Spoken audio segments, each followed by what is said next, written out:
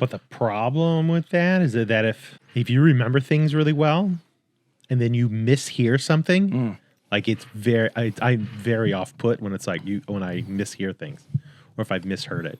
Because I'll literally, my wife and I, she'll say, no, that's wrong. And I'll go, it is. And then I'll literally say, this was the time of day. This is the weather of that day. This is what was going on. This was the preamble to how that conversation started. This is what I said during it. This is what you said during it. You can remember that much. Often, yeah.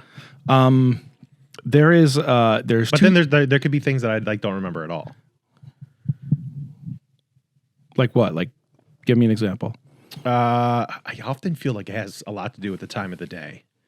Really? Like you remember things different at different times of the day? Yeah. If it's later on in the day. Oh. Like if it's after 8 p.m., yeah, you might as well just wait until the morning to tell me. Things just don't really take.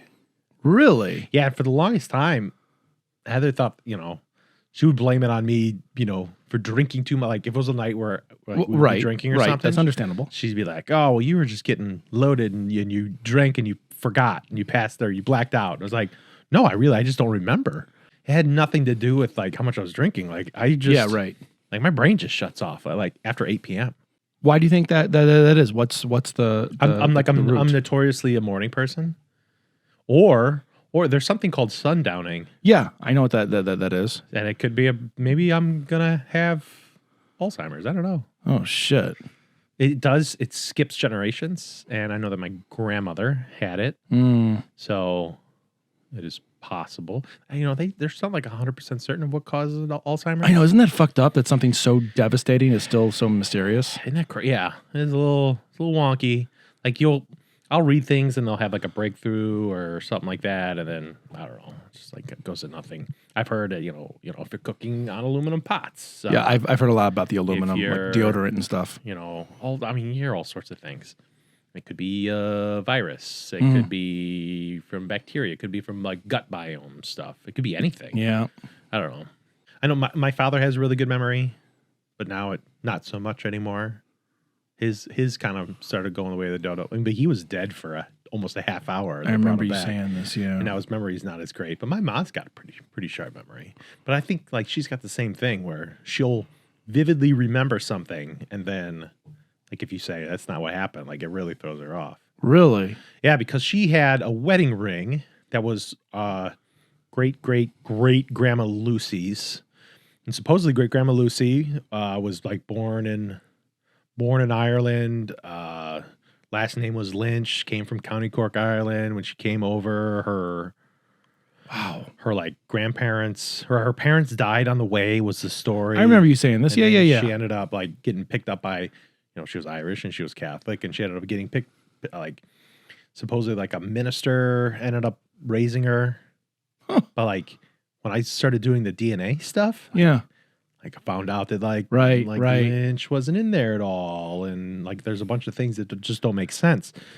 So there's a diary somewhere in the house. In the house, it's a physical, real thing. Not my somewhere. mom's got she's got some really crazy deep family. There's her diary from who knows how long, 1800s or 1900s, early 1900s. There's a Civil War diary that she has. Really? There's photos from the building of an old Indian Fort Assiniboine, that's out in Wyoming. Fort Cinnabon? Yeah. I've been there. Yeah. I was a commander of that fort. There's photos of that place being built. Lots of them. It's starting to make more sense why you're so attached to history. I've never had a big attachment to history in general. I think it's because most of my family never really talked about history. My dad's really the only one. And if my mom talks about it, it's more here's the shit that we had to go through. And my dad talked about it as oh, these were the good old days. Even if it was Vietnam, it was still the good old days. But I never really heard stories from my grandparents. They were very closeted off, very closed. On both sides? Yeah. Really? I didn't, I knew my grandpa on my mom's side was in World War II, but he never talked about it. Ever. And it wasn't until after he died that I learned that he had multiple silver medals or silver stars, and like just this myriad of shit that he did. I was like, I had no idea. I hear a lot of people that they say that they won't talk about their time in war. Yeah, and and I'll talk about things often, but it'll be like the fun things. Like I'll tell you goofy stories, but I think I don't know, the people that just never talked about anything ever. I don't know. Like there's things that I think in my head, and I don't know. Like I don't know what a flashback is. I don't really know what it is, but there's things that'll just make me immediately want to shut down, and I feel the tears coming on, and I'll just get this really weird dark place, and it's like that. It's so quick, and if that's what they would feel about things, maybe they just figured, I don't want to do that because it's weird, and it'll be weird. It'll be something I don't know, but they'll say a thing that'll remind me, and then I don't know, then I'll apologize, and it's weird and awkward. I don't know. And maybe that's why. I don't think it's anything against, I guess what I would say, it's nothing against you or anything. Right. It's just I never took it as that. I mean, I grew up with my father who was, talked a lot about war. And then I had a lot of other friends' dads who had war, stories and experience and, lifetimes of life. And then I never thought it was oh, he doesn't appreciate me, so he's not going to tell me. I never thought that. So I always thought the older generation, either they saw some real horrible fucking shit and they just didn't want to relive it, or they didn't know how to talk to people who weren't there, who didn't go through it. So if you go to a VFW, you're going to hear it. Well, but I'm not allowed to. I never served. Yeah. I mean, if I'm there with someone. And even then, I'm just an observer. I can't chime in. Yeah. I can't do a high five and be like, yeah, right? That'd be like a records given, a bunch of Vietnam, World War II guys. Yeah. Call of Duty, huh? Did you ever watch that show, Umbrella Academy? Oh, I love it. Where the guy comes back from Vietnam and he's in the VFW, looking at his photo on the wall. Oh, the kid? Yeah. Yes. And they're and they all just I don't remember if did they beat him up or they give him a lot of shit. It's you weren't there, you're just fucking pretending the stolen honor. And I was like, oh my God. I know it's science fiction, but that kid. That not only does that kid do an amazing job. The actor? Yeah. No shit. He does such an awesome job. But just that character is so cool. It's so deep. I kept up with those comics, and I think the last big arc that I read was Hotel Hell. Hotel Hell? Is that the one? Or I'm sorry, Hotel Oblivion. Hotel Oblivion. Okay, yeah, that's the one I stopped at. Yeah, which is, I think that's where they kind of, that's where they started or that's where they picked up on the last one. That's the last season was Hotel Oblivion, and then they ended coming out of it. Which I think is where they are left in the comics. Mm-hmm. So from the last place I read, yeah. Man, those comics were gorgeous. Holy smokes! Yeah, that was the guy who wrote that. It was he was in a band. He was in a band. Yeah, I'm 30 Seconds to Mars. No, that's the other one. That's Jared Leto. It's Bullet Over Valentine's Day or something like that. I don't remember. Something about the 9mm bullet. Yeah. I guess that lightens the tone enough to talk about what I brought to the table today. Yeah. But I'm not going to get wildly into this because I want to. You took me on an educational journey last time, which I really fucking loved. Hold on, I want to describe to the people listening what I'm seeing. So 2 weeks ago, I brought a series of books that were roughly stacked to the ceiling. What Jay has done is doubled the amount. I think we're playing a game of Castle. No. And there are stacks of DVDs in front of me. Yeah. Multiple tall stacks in front of me. I can only see the top of his head. I love that we don't have video. I love that we can hyperbolize like this. So John, if you are still over there on the other side of the table, I want to go on a journey with you, and each of these stacks are different. They are categorized. Okay. I'm going to go on a history education, kind of. And I kind of want to deep dive into our own childhood because this is where most of this is taking place. So, do you remember going to the video store as a kid? I love it. Video Images is the one that I used to go to by the house.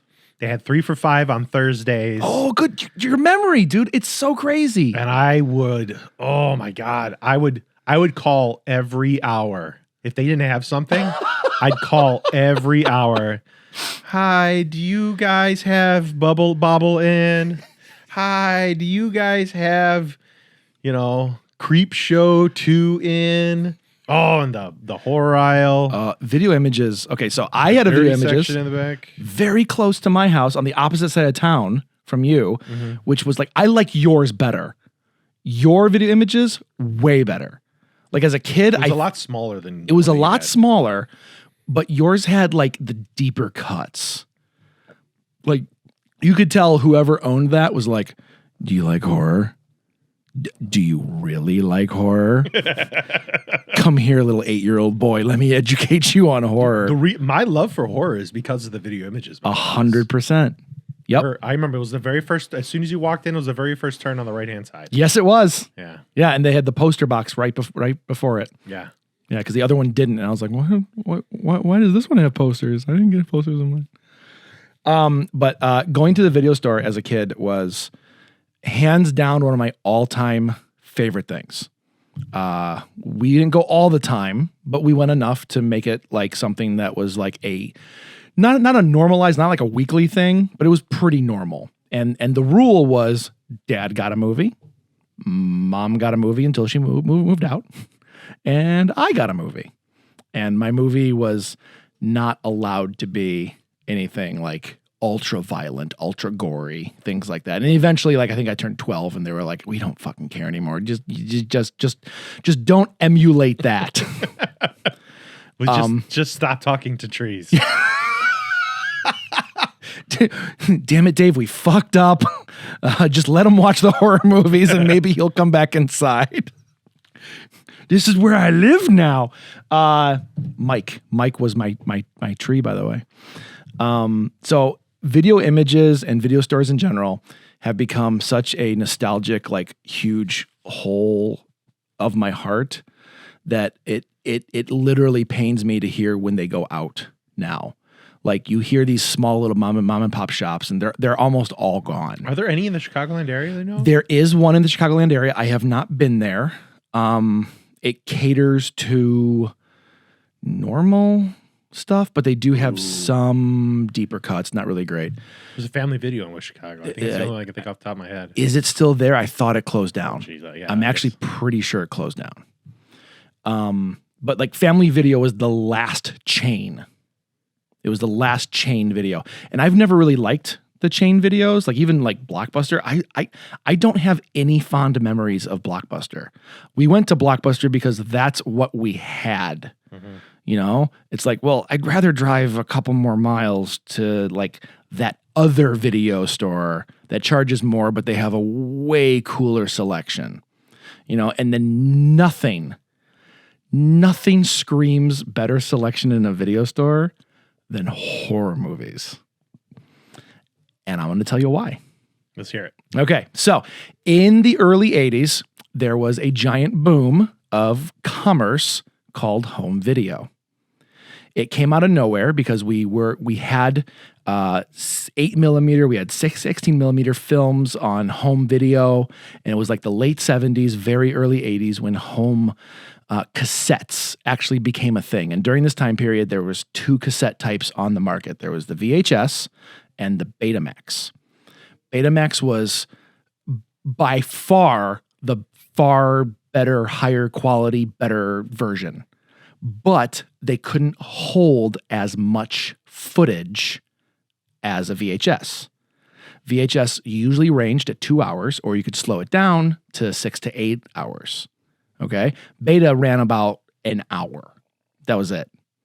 So they like shot themselves in the foot right out of the gate. Correct. But they prided themselves on the better quality. But, and this is a tale as old as time, but porn decided to go with VHS, and that's why VHS won, and Betamax is no longer a thing.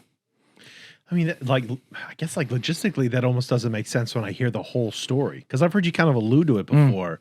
You would think that they would. Why would they want to go with the one that would go with 2 hours when they could just fill up 1 hour and charge the exact same amount? Because you can't charge the same amount when the guy next to you is charging the same amount and you get 2 hours.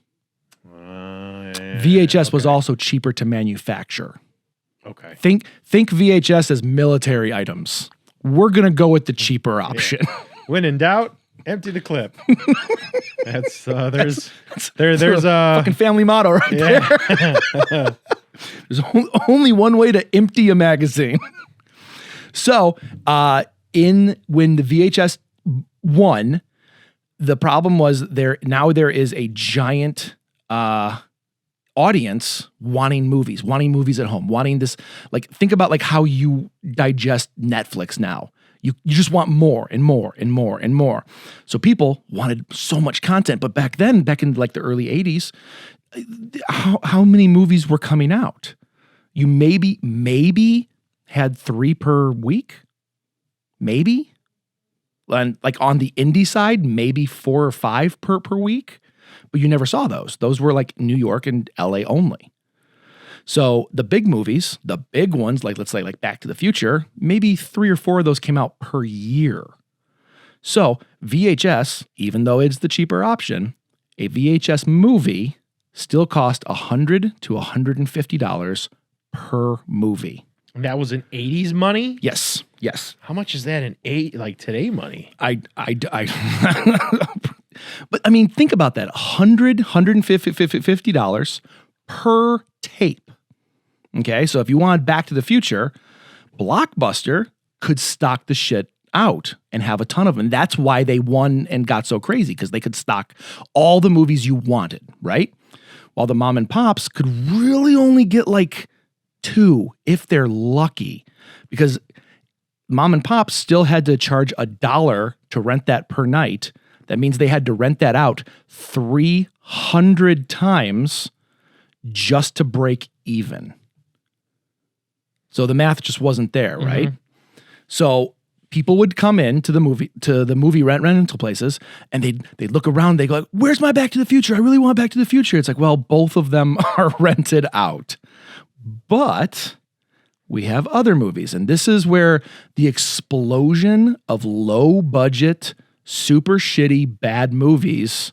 This is when it actually became a thing. So if you want to go back a little bit more in his history.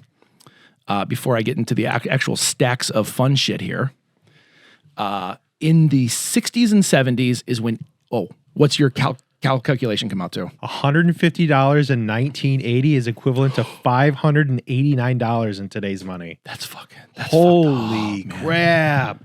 Holy shit. Can you imagine? Can you imagine picking up a DVD for damn near $600? Yeah, that doesn't even include tax. Yeah. It does not include tax. Wow. Holy shit. So there was a reason why mom and pop shops could not afford multiple copies. So again, we're going back in time, like 60s and 70s. This is like the birth of the indie film. Like before that, only big studios made movies because there was the budget and everyone had film. And to make film, it was really expensive. Film is so expensive to shoot and to process. And then once it's processed, then you have to edit it. Like it's crazy expensive. So in the 60s and 70s, you saw all these like independent filmmakers come out, right? But it's still shooting on film. Then we get to the 80s. Home video.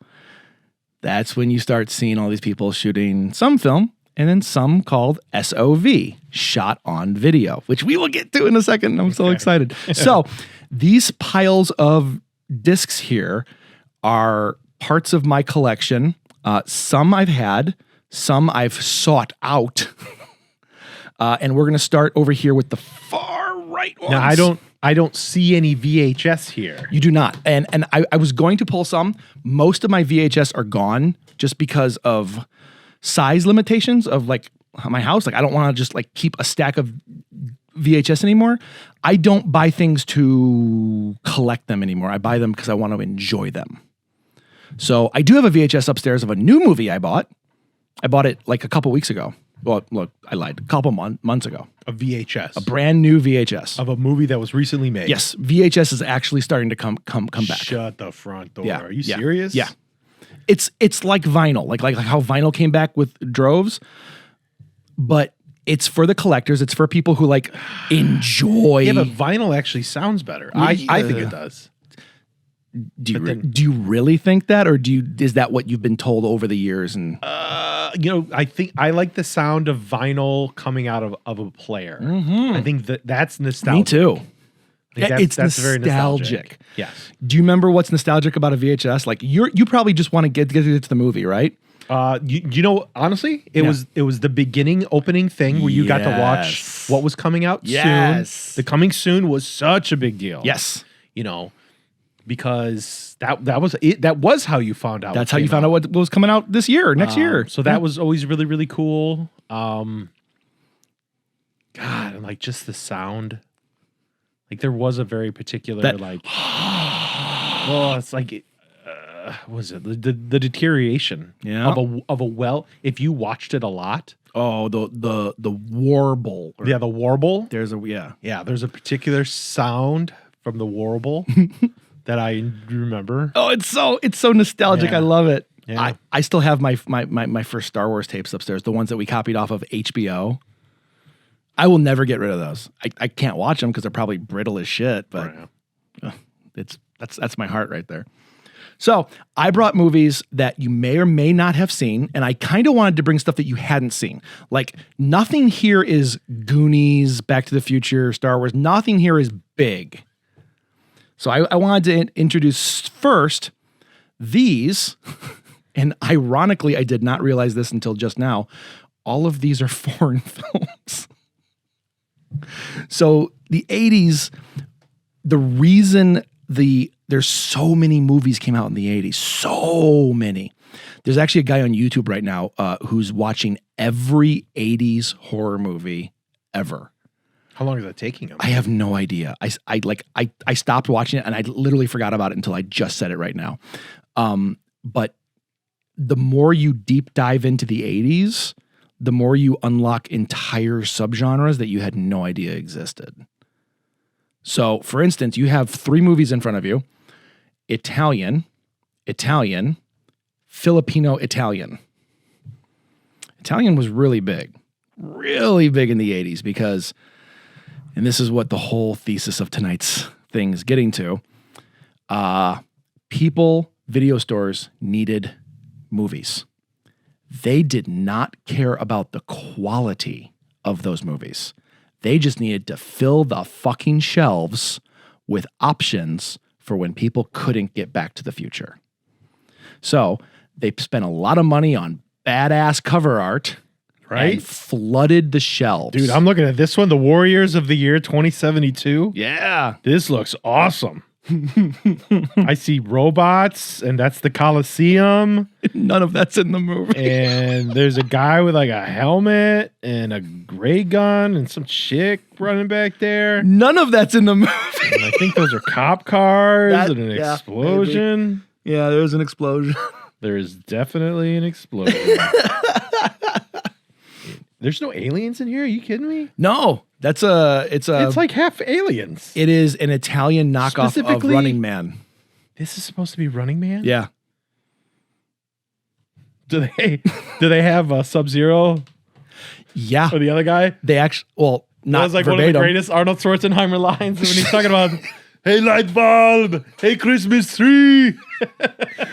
Last year's loser. Good one, Arnie. That was 2015. That's come and gone. Was it really? Yeah. Ugh. I know. There's no Running Man whatsoever. Oh, I'm so pissed. Am I more upset that there was no Running Man, or more upset that they don't have any like $5 Cokes? That's what stuck with me more than anything else in that $5 movie. Cokes. How much does that Coke cost?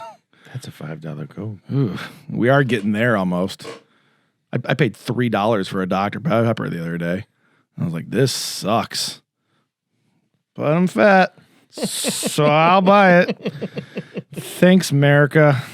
So right here is you have the I didn't realize they were all foreign, but you had these movies that come out and they're kind of like clones of other movies. Okay, so the other one is Zombie 3. What was Yep. this one a clone of? So literally, remember the movie Dawn of the Dead? Yes. So when that got to Italy, you can't just release a movie in Italy. They have to re-edit it and call it their own. So Lucio Fulci took Dawn of the Dead, re-edited it, put some of his own shit in there, and called it Zombie. So there's actual stuff from Dawn of the Dead in here? Not on that one. That's Zombie 3. Okay. Zombie 2, which is not a true sequel to Zombie 1, which Zombie 3 is not a true sequel to any of them. So Lucio Fulci is the director. He's the one who's claimed as the director. He shot the movie. It was done. He had to go because like his father was dying. He had to leave the country. So the producers watched it and say, this isn't good. This is all plot driven. We need to get rid of that plot. So they brought Bruno Mattei in. Bruno Mattei is the director of this movie right here, Robo War, which is a hardcore knockoff of Predator and RoboCop. All right, I kind of want to watch That this one's funny as hell. So Bruno Mattei comes in, reshoots stuff, re-edits the movie. This is unbelievably bonkers, delightfully entertaining. I read the reviews on the back of the box and I had to get it. Best movie ever. Robo Wars is the jewel of Bruno Mattei's very shiny crown. From explosiveaction.com. Explosiveaction.com. It's got explosions. Is it got action? Well, then it's got a .com. And Robo Wars, the best movie ever.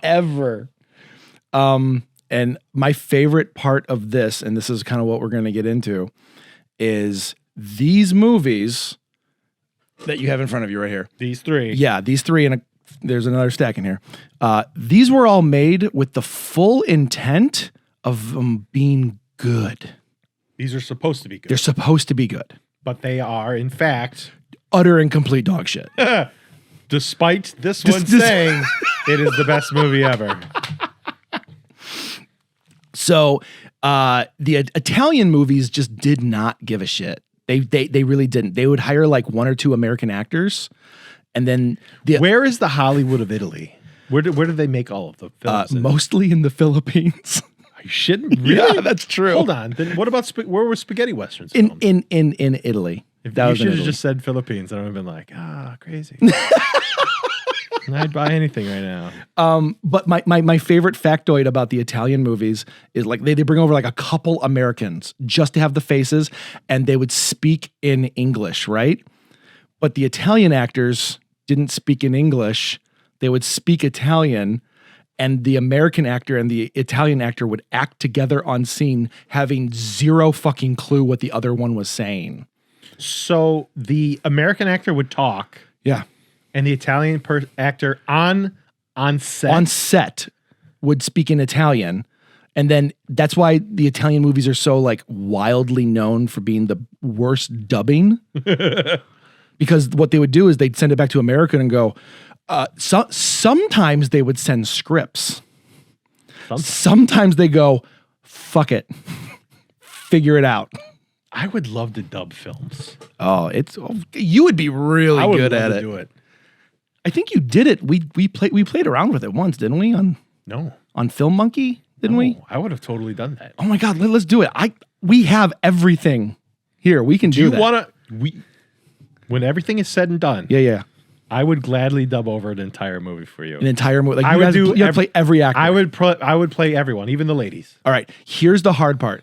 Let's start with the scene. Okay. Because you still have to like redo the background noise and all the sound effects and all the music and things like that. Do I have to make the background noise too? Like a helicopter? You do know everyone listening to this right now would be like, yes, there's no fucking I would option." do that. I know you would. And we would just call it John. and there'll be a picture of a toilet on it. Dude, I actually have a movie upstairs called The Toilet of Death. It's a trilogy. I had a bucket of death growing up. You did. It all comes full circle. We need to do it, but you need to have like whenever your name comes on screen, we need to have like a chorus singing it, John, in like perfect unison. But so like it would be God. like it would be in the same way that Italian film, all the Italian films were done in the Philippines. This will be like everything will be dubbed, but it'll be it'll be essentially a Bollywood film, but it's just my shitty version. And I've only seen like 3 Bollywood films. You're good. You've watched them all. So I would just essentially replicate a Bollywood film and on one of these movies. Oh my God! Please let's do this. I can make that happen. Just don't make it too long. I'd say What's the shortest, worst movie that you have? Texas Death Trippin'. Done. Oh God, it's a bad movie, but maybe you redubbing it could actually make it watchable. I would do this. That is a rough movie. I would love to do this. How about let's start with a scene. Okay. Any one of those you're looking at right now would be actually fun to do. Robo War, Zombie 3, or if I do this one, I can do my Arnold 27. Schwarzenegger impression. Please, because no one looks like him at all except for maybe a black guy. I think then that guy is Arnold Schwarzenegger. Yeah. He's the Austrian. yeah. Yeah. I think it's Freddie Williams is the guy in there. Like he's a name like unless you watch a lot of these movies, like he appears in all of them. Is there a photo of him on the back? Yeah, he's right there. You ever see From Dusk Till Dawn? Yes. Yeah. That's the guy who the big black guy. Yeah. He the reason he's in that movie is because he was in so many goddamn B movies. Oh hell yeah. Yeah. So a lot of these movies came out, like they had great cover art. They were really pretty on the shelves. But when you got it home, you felt duped, but didn't If you were matter. a kid, you didn't care. As a kid, you didn't care as much. Like I remember watching some movies and being like, something's not right. This looks dumb. But as a kid, you're like, oh, there's blood. Cool. You know, because they're all horror movies. If there's a naked girl in there too. And boobs will smooth over a lot of Band-Aid areas. Yeah. If you're a little kid, Yeah. you're like, I don't care. I'm 13. Mom, leave me alone. Yeah. So the video stores got a bunch of shit like this. Okay. Okay. So the next level of shit in that era. Are we talking early 80s shit? We are talking 80s. 80s shit. So throughout the 80s. Okay. All right, we're going to move one stack of things. Yes. And you don't need to keep anything in order. That was fine. So the next big level of shit was the SOV genre. While all the movies you just watched were all shot on 35 millimeter film. Very expensive. These, here, you can look at those as you like. We have The Killing Spree. Tim Ritter's The Killing Spree. Okay. Video Violence. The Snuff Collection. Ooh. Scary Tales. That one looks awful. Blood Lake. That looks like it could be a Freddy Krueger knockoff. Yeah, maybe. Maybe. No Resistance. Okay. And Shatter Dead. Wow, these look like another level of shitty. Yeah. Even the covers are shitty. Somewhat. Yeah. I mean, then again, like I think you're also like thinking of still Hollywood covers, you know, that take a little time and thought to put into. Blood Lake actually looks pretty on par for 80s horror. Yes. And I could see No Resistance a little No bit. Resistance was too. This one looks earlier. Shatter Dead. Shatter Dead's a weird movie, man. Oh, on the back of Shatter Dead, it says, God hates you. So that never comes up in the movie, by the way. We kept waiting for it. We're like, That should just always go on the back of everything. Oh, BTW, God hates you. And it's a die cut cover, which I think is really cool. It's got a bullet hole in the cover, and if you slip the DVD out, then you see the cover underneath it. I think that's a pretty cool use of marketing. I like DVDs and I like anything that thinks outside the box a little bit. It's fun. No pun intended. Yeah. So these are all called SOV, or shot on video. These were all shot on VHS. Some of them because the big shoulder-mounted things that your parents had growing up? I was going to say, would you remember what we used to shoot on? Like when we used to shoot our silly little things in the backyard? Yes. That's essentially the same thing. We could have made a movie. We could have.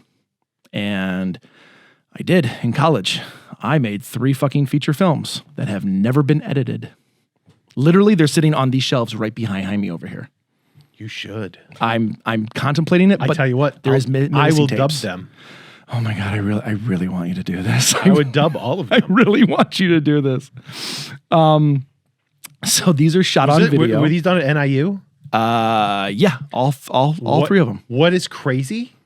Because there was a girl that you used to hang out with all the time that was the roommate of my now wife. And we had no idea. Yeah. I wonder if it's possible that my wife is in one of the movies that you made. No, I would have remembered because I kept a really tight crew. Okay. Just because I had to feed them and shit like that. I was like, oh, let's keep this script. Yeah, you'd have been like, this small one is bottomless. How is she eating all these things? And she's too funny. Get out of here, funny one. So yeah, and that actually makes me think too. It's here I have these movies, like Scary Tales, right? Scary Tales, it looks like it was shot for PBS in the 80s. It is rough, man. But it's really cool because it's like this time capsule. And all of these movies, none of these could be made the same way they were today. You could try, but there's something beautiful about that lo-fi-ness. Absolute where you would amateur. have to be faking it. Yes, because you already have all the technology to make it look and better out of the box. Not just technology, but literally, if you're watching these, you probably have some semblance of how a movie works, right? You've seen a movie, John, right? You understand how story works. A lot of these people don't. They saw a movie and they're like, you know what? I can do that. And you know what? They couldn't. So some of these are actually pretty entertaining. No Resistance was surprisingly really good. It was just restricted by budget. If they would have had a budget, that would have been a more famous movie. That would have been on par with Johnny Mnemonic because it came out 15 years before Johnny Mnemonic did. Now, I'm not saying Johnny Mnemonic was a good movie. I'm just saying it's a very similar plot. Yeah. So Blood Lake was shot in 3 days. They literally went up to a lake house of a family member, and they brought a camera and some friends. Not much blood. Yeah. Shatter Dead. The plot for Shatter Dead, at least the one you read on the jacket, says zombies have taken over the world. Also, God hates you. Also, God hates you. But zombies have taken over the world, but I'm trying to remember this. The zombies aren't real zombies. They're just catatonically... Does it say what it is? It says, when the angel of death impregnates a mortal woman, the dead cease to die, and the world becomes inexplicably populated by morose and disenfranchised zombies whose primary desire, this is a really long sentence, primary desire is to coexist with the living, living their never-ending plight on Earth. Yep. That was the first 4 minutes of the movie. That was a whole sentence. That never comes back into the movie. Never? But hold on. Winner of the Best Independent Film Award at the 1995 Fan Festival and the focal point of one of the most sensational video. These sentences are really long. I don't mind reading nap. No, I just... Tell me more. I love that you read these really in-depth books, but this is a second sentence on the back of this jacket. I'm done. No, here's the thing. There's no there was no like apostrophes. You know, like it's like, oh, this is where you pause. No, they just wanted me to just spout it all off. There's not one apostrophe in the whole thing. It is it With reads suicide like a now a pathway to eternal youth, Susan must grapple with her own mortality after discovering that her lover has gone through an ominous transformation of his own in her absence. He became a lawyer. All right. So Shattered Dead's not very good. Okay. But we watched the interview with the director afterwards, and he thinks it's like the greatest fucking movie ever made. I remember hearing a joke a long time ago that was on the Youpers. Yeah. There was a guy who said that he had a girlfriend that was made from a 2x4. It was a 2x4 with shot glasses for eyes named Rita. That's what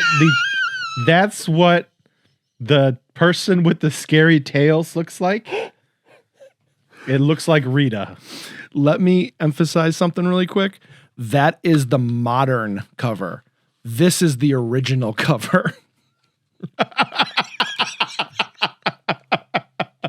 When it was originally released. So when AGFA or Vinegar All Syndrome, right. these This is like a monkey. It's like, so before Scream came out, somebody had like the Scream hood and like made a zombie monkey. that's about right. Pretty certain it's a zombie monkey. Yep. Named Rita. Yeah, Rita. Yep. I like that these companies, what they do is they'll release the original cover so you can flip it around, or the new artwork. I like that. I think that's really cool. That's legit. And on the back, hold on, I don't know if this one says it. Some of them do. Let me see if I can read it real quick. Notice this movie was shot on VHS and edited on tape. Please approach the technical quality of the transfers with empathy. Oh, dude. And you know, anything that would come at me with an apology, like, buy this, but we're sorry. Yeah. All right. I'll give it a go. Well, right. And like, They said they were sorry. see, that's exactly what it is. And I would rather give my money to someone who tried rather than to another Hollywood movie. Because here's the thing, I would never have heard about Scary Tales if I didn't like find it through these like collector sites. No way would I ever heard about it. Or if I did, you'd hear about it in whispers, right? Which brings us to Video Violence. Video Violence was one of those movies, like, if you liked horror and really sought after horror, you probably heard about Video Violence. But finding a copy was next to fucking impossible. I've seen that. The back of the cover? All right. The back of the cover, Video Violence, had the eyeball, the bloody eyeball. Yeah. I've seen this in Video Images. Yeah. It's a very hard movie to track down until recently. The story is about a guy who owns a video store, and people start. He gets these videos back in the rental box, and the videos are of murders. They're of snuff films. So he starts telling the police, and he's like, "Oh, you guys got to do something about this." And then he finds out that the entire town is in on it. They're all making these snuff films. That's meta as fuck. It's actually not bad. It's actually pretty ahead of its time. The problem is, again, hey, they had a tripod and the director is the actor. And so like they had to make do with what they had. And on that, like I respect it more. I really enjoyed watching it because, again, it reminded me of like when we used to make movies. It was like, you know, they're just fucking around, but they're actually trying. They're actually trying. We tried. We did. We did to a certain degree. We failed. We failed miserably. But we tried. Killing Spree is made by Tim Ritter, who is known as one of the godfathers of shot on video. And he's made a ton of shot on video movies. And they're all just... I'll say, like, the images on the back actually look kind of cool. They're not bad. They really range from horror to art film. It's very art based, which makes it a little weird when the horror happens, because it's like you just shot this one scene that was actually kind of lit well. And now we're seeing a guy dump toxic waste on the guy in the backyard. That looks fucking terrible. It's so disorganizedly like backwards. And then when you hear the story about it, it's like, okay, they only had a week to film and half the crew just stopped coming. It's like, oh, okay. What was the story with that? Was the guy a jerk? No, I'm actually not sure. I know more of the history of the Evil Deads, which we will get to. Okay. Right now. So these films were filling up not movie theaters, but video stores just because they needed fucking fodder. They needed more shit. So then you have the good horror movies. Oh, here we go. We got Evil Dead, Evil Dead 2. These aren't horror films, but they were like lost 80s films. New York Ninja and Six String Samurai. Yeah. So not only are these good, but they also like came out so many different times and with awesome packaging. And then every time the awesome packaging, you had to up the ante. And this is where like when DVD started coming out, you started seeing stuff with like really cool features, like director commentary and all this other shit. Again, getting people back into the movie rental house to get more movies, to rent more movies. So when did they start doing the director commentary? Did that not start until DVDs, or did that happen during VHS time? So there was VHS, there were special edition VHS, and if you want to get technical, Laserdisc came out before VHS. It was just a lot more expensive to produce. And director commentaries were on Laserdisc. Like I remember there was a cut of Return of the Jedi that I had growing up, and at the end of the Return of the Jedi was it was like a short documentary about the making of Return of the Jedi. No shit. I always wondered. I don't even remember what it's called anymore. You had to have seen it. Oh, I bet I have, but I don't think I ever saw it on a VHS. Yeah, it was on a VHS. It was right at the end of it. I know a lot of movies did come with the bonus features after the movie. Like they had like a music video, they had deleted scenes and things like that. It came after the. But this wasn't movie. This wasn't a director commentary. It was like a little mini documentary. It was like a documentary. It was like a making of, and that's what you saw on the DVDs. I would love to watch a movie this is a better question. Was there a VHS film you could watch where the director was literally talking over the top of it like they would with director commentary? They released versions like that. Not many. Because then you would have to buy that VHS, and the VHS only had that one audio track because magnetic tape can't separate tracks. So that's why Laserdisc had the ability to have multiple layers of audio. Oh man, dude, I remember like coming to the realization that you could watch director commentary, because the first DVD I ever watched was at your house. Was it really? It was. It had John Leguizamo was in it. What was that? Jesus, what was that? John Leguizamo was in it, and he was, oh my God, what was it? Was it like the jerk, or no, it wasn't the jerk. He was like just a guy who played pranks on people. Oh, Pest. Yeah, Pest. Jesus, Pest was the very first DVD I ever saw. What a shit show! I was cool. Sorry. I remember like when you being able to like pick exactly where you wanted to go in the movie. Like you didn't have to sit there and hold the rewind button. Yeah. And they had all this extra stuff in there you could watch. And in the early days of DVD, you had the special features like interactive menu, color, subtitles. Subtitles I got. That was cool. Yeah. But like menu. Like, you cheap bastards. My favorite part about the lie of VHS was that when about DVD. When DVD was coming out, all the commercials were like, see your favorite movies in the best picture ever. It's like, it's VHS is 480i, DVD is 480i. It's the exact same thing. No, but it always looked way crisper. Yeah, because you're not watching the fucking VHS that's been like rewound and played 100 times.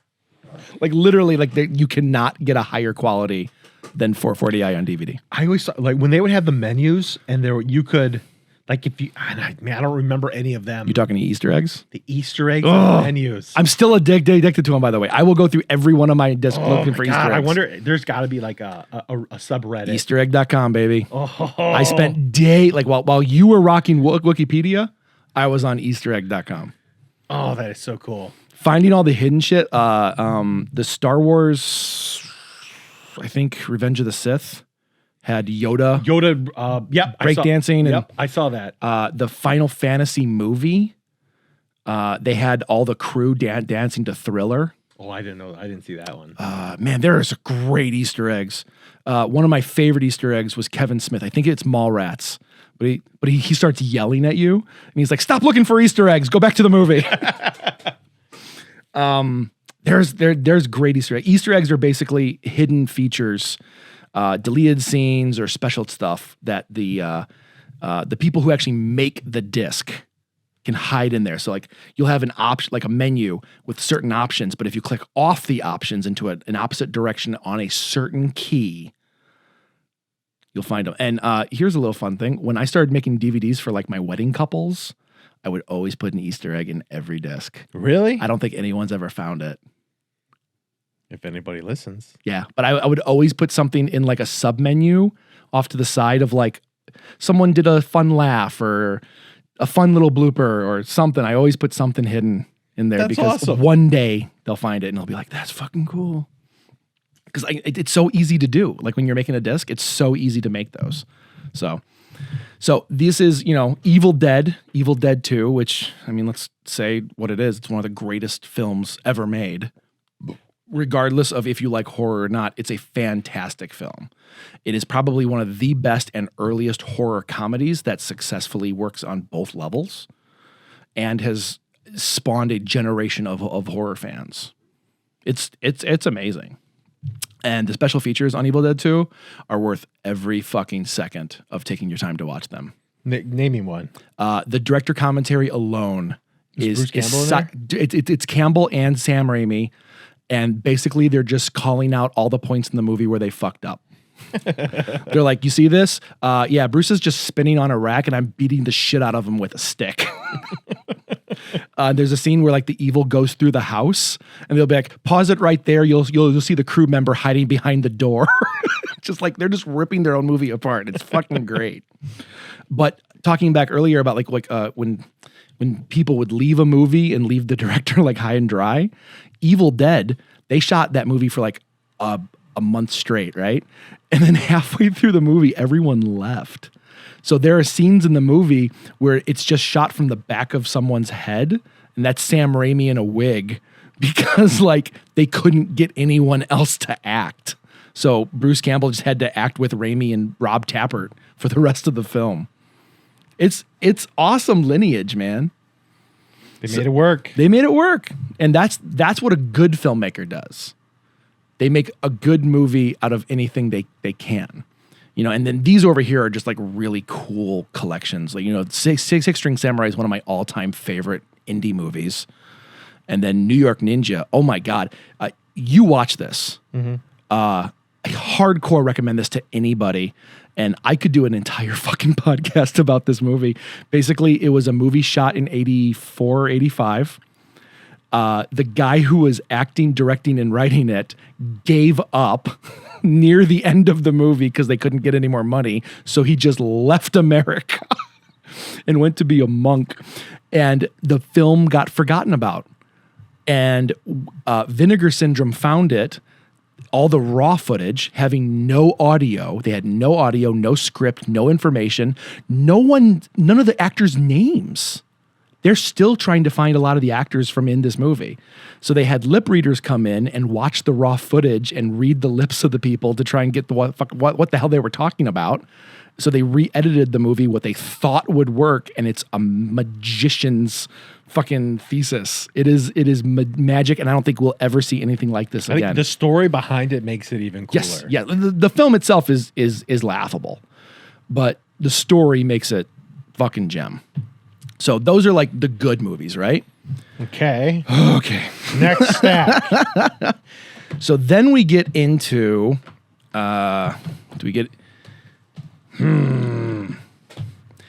So you've known me as long as anybody. You know I've always been into movies, but I've always liked the lesser known shit. Call me a hipster. I enjoy stuff. So when you have movies come out by people who actually think they're good. See, this is where you and I differ. Yep. Yep. So real quick, describe what you're seeing here. Now, what we see is suburban Sasquatch. He's out of the woods and in your neighborhood. Next one is fungicide. You don't pick them; they pick you.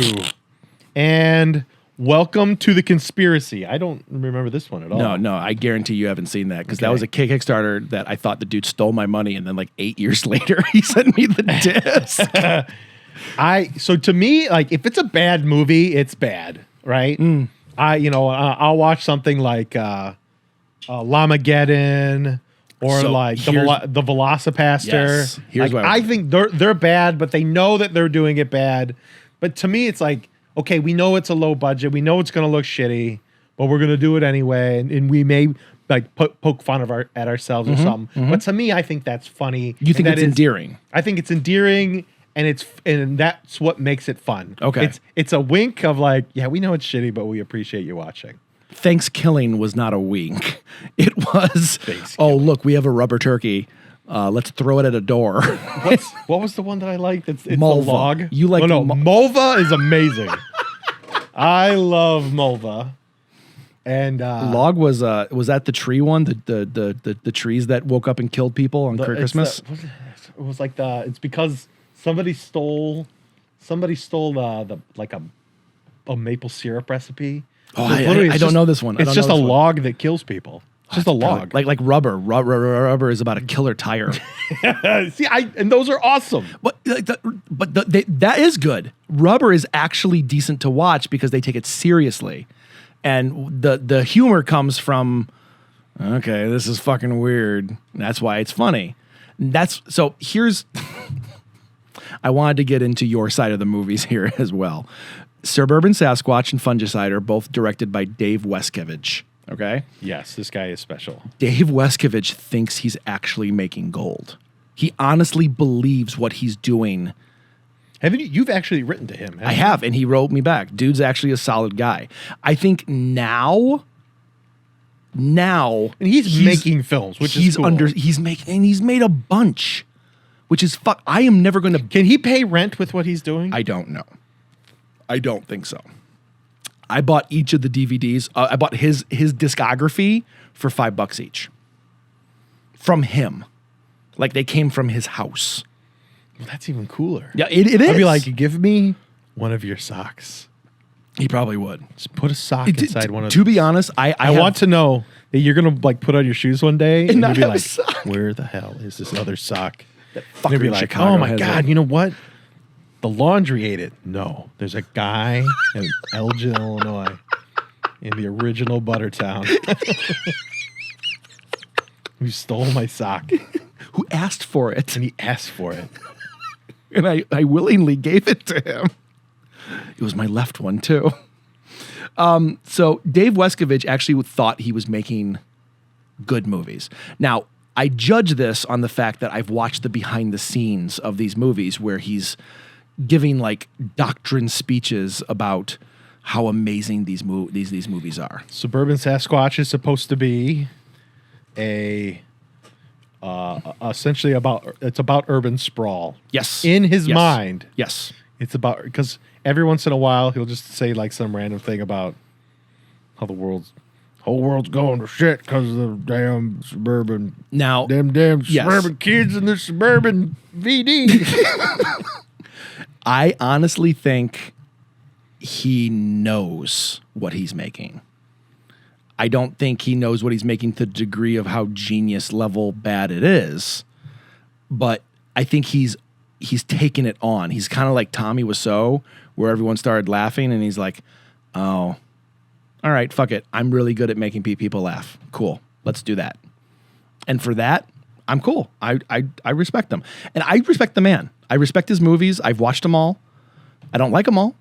I respect that he starts and completes them. You're goddamn right. You're 100% awesome. right. It is way easier to start than it is to end. Yes, it is. So, on that note, then we get into modern movies that are either supposed to be bad or kind of in the same vein as I'm super awesome at this. and it's just complete garbage. That is an African film. All right, this one is called Bad Black versus Who Killed Captain Alex. I'm having a hard time actually finding out. Is that what that's called? Yeah, well, it's 2 different movies. Okay. The other one is House Sasquatch. House Squatch. House Squatch.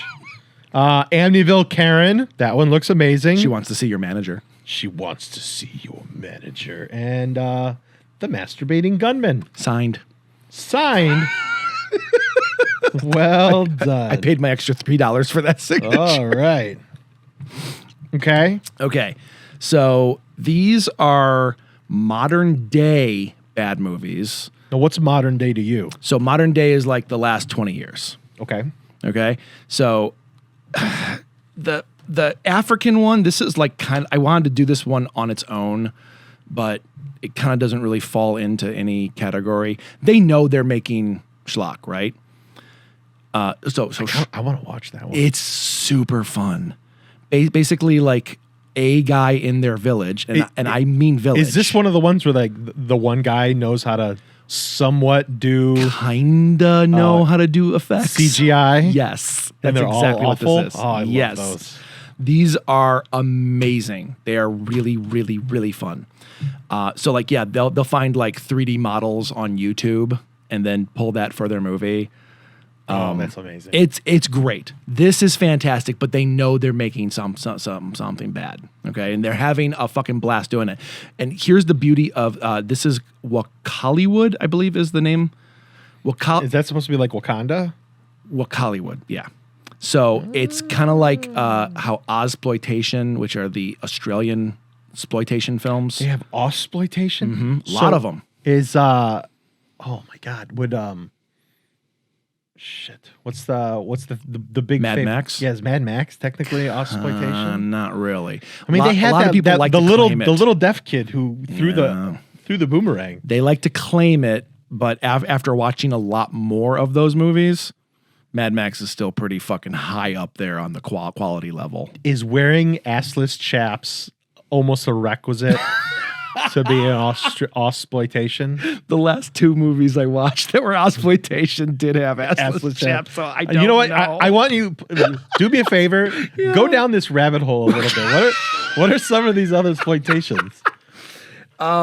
So blaxploitation was the big one from the Which are 60s amazing. and 70s. Some of the most amazing films. Hands down. And here's Super fun. Here's what I figured out from the exploitation films, not exploitation, but the subcategories. Blaxploitation. We'll get into the other ones in a second. But like what Hollywood, Ozploitation, blaxploitation, they're not made for a wide audience. They're made for that audience. Like these guys making these African films are making them for the friends of their village. They're making them for like other people of that area to be like, dude, check out what we did this weekend. This would be like people making a podcast just for their friends. Bingo. Got like it. something like we would never know what that does. Cricket sound. Hey, Los dudes. How's it going? Hey, fellas. Hey, fellas. So that's why it becomes so like weird and out of the box when we watch it, because we're watching it with a different culture out of. So Ozploitation, you gotta kind of fucking understand what's going on in Australia to understand some of it. Oddly enough, that's exactly what just happened. Just so you know, Pez, you literally texted and said, "When's the next podcast?" You want to send him a picture? I will actually. Hold on. Now keep talking. Okay, I'm gonna send him a picture too from my side, Okay. just because it's so fucking weird. All right. Okay. Pez, you're good. Yeah, there you go. Boop. So Ozploitation, blah, blah, blah, blaxploitation, they weren't making those movies for a white audience. They were making them for a black audience. But then you have movies like Nunsploitation, which is all about nuns probably being butchered or turning into demons or whatever else. And there's exploitation things all the way down. Specifically just about nuns? Yeah.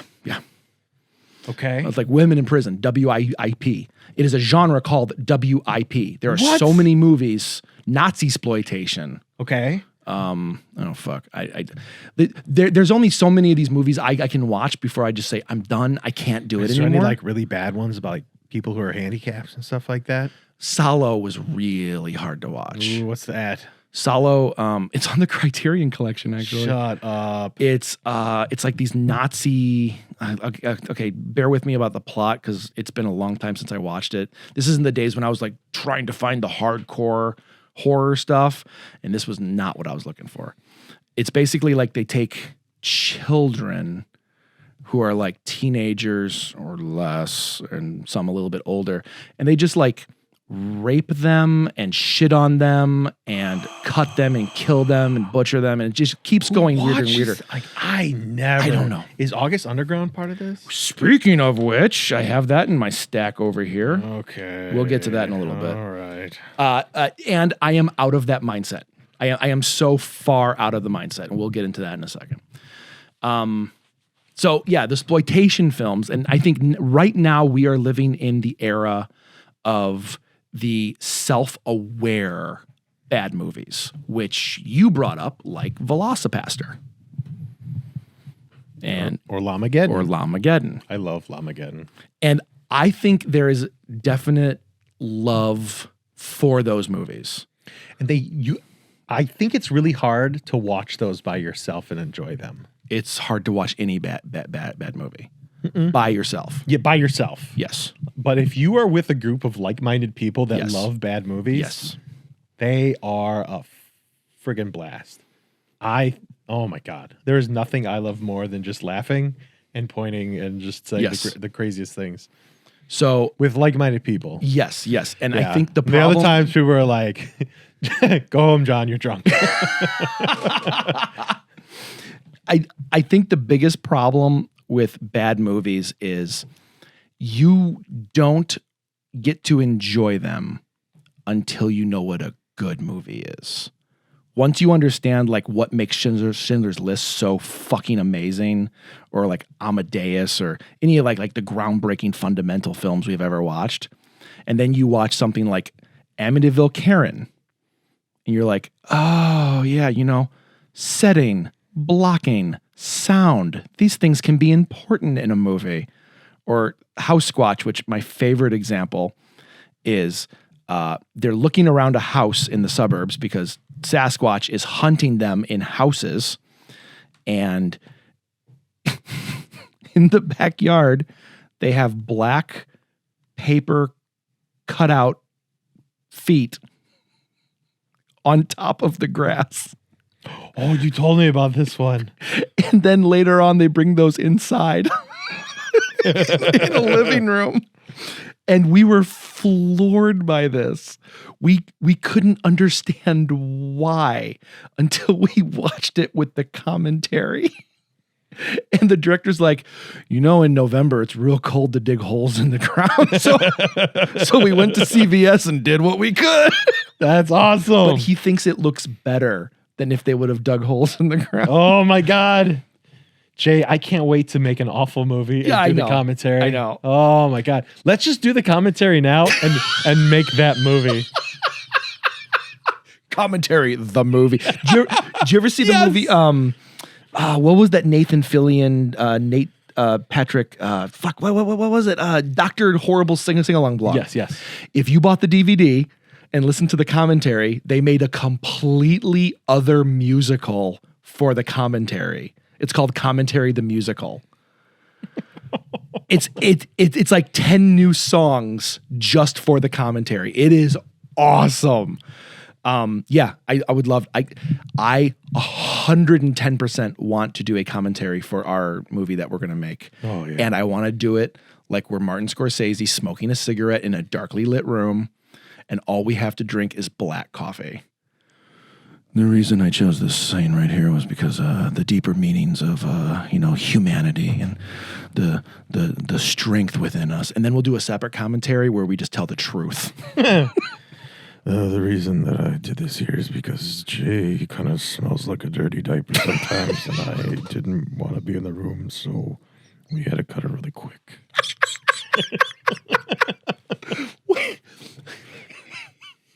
I was listening. What movie were we? And Andy and we watch a bad movie every Sunday, and we do a commentary over it. And we watched one movie. Oh, that was it. It was Birdemic 3. we watched Birdemic 3, and then we went to the special features, and the special features had audio commentary by some guy's name and his neighbor. Does it say and his neighbor? Yes. And we're like, click on this. I need to understand what this is. Who's the neighbor? The neighbor is a stoned out fucking like weed head from the 70s. Oh, yeah. And he just lives in his own little world. So like through the movie, they're like, oh yeah, this is pretty, like, is this supposed to happen this way? Yeah. And then the neighbor pops on and goes, that was a bird. We just lose it. So yes, John, I am 1,000% ready to do a commentary for a movie we haven't shot yet. I am so down. Oh my God, I cannot express how excited I am. So what's going on with the Masturbating gunman? Why, and why is it signed? Because I don't think they could sell them otherwise. He's just like, these are so good. But I mean, that's only how it my got me. signature would make. That's this how better. I mean. Literally, the title got me. I thought that was going to be more of like the plot, and of course, it's not. So this is a nunsploitation. Obviously, I see a picture of a nun You'd think so, but no. and a guy who's got a mask on. And he jerks off, but you never see his dick. What? So is that like a big red pepper? What am I looking at over here? What the fuck is that? What is that? Oh, I think that's a heart. That's a heart? Yeah. Okay. Just so you know, with sensitive new age killer Stressed to Kill in Purgatory Road, he emerged as one of the most transgressive indie filmmakers today. And in his early career, writer, director, Mark Savage created one of the most over-the-top underground films of our time. None of this was about anything. About masturbating or gunmen. A fearlessly unconventional talent. That's a really nice way of being like, this person is out of their goddamn mind. Few filmmakers in history boast a sensibility so wildly, deliriously varied as Australian provocateur Mark Savage. Yeah. That's a really nice way of just saying the guy's out of his goddamn mind. That is a good analogy for coconuts. You are so brave. You get a gold star. Good job. Yeah, that's You sure tried. that's a fucking movie. That's man. a movie. Probably. Andy and I watched that as one of our. Actually, we did Housesquatch and Amityville Karen. They could be back-to-back features. Yeah, they certainly are. They're one of them is by Mark Polonia, which is like one of the godfathers of shot on video. And I don't understand why people like his movies. They are rabidly bad. I like how you're like, okay, this stack's done. Next. Well, no, I'm interested. I'm intrigued. Okay. There's only 4 stacks to go, unless you have a hidden stack under the table. I have a hidden stack over here. Oh, Nothing actually bounce that stack. super special about Bounce it, but that I want stack. to show it off anyway. So these are bad movies with a twist. Okay. All right, we got Pathogen. I've heard of this. We have Ed Gein the musical. And Final Flesh. Yeah. This cover looks super cool. Dude, okay. This back cover looks also kind of... What's happening? After watching this film, Hold on, I what- started drinking mouthwash on the rocks. Oh my God. Well, dude, I got to watch this. Okay. I am so incredibly intrigued by these 3. If you would have stopped at this back is also okay, I don't know what's going on. You could have just reviewed the fucking movie. Okay, so which one do you want to know about first? Because these are like super interesting to me. I'm very intrigued by Final Flesh. Okay. Immediately intrigued because so the cover is this really cool psychedelic cover, and the back is obviously a sketch of I'm pretty sure what the cover wanted to be. It literally looks like a pumpkin who has legs and whose anus is bleeding psychedelic stuff. That's about it. Yeah. That's about the plot too.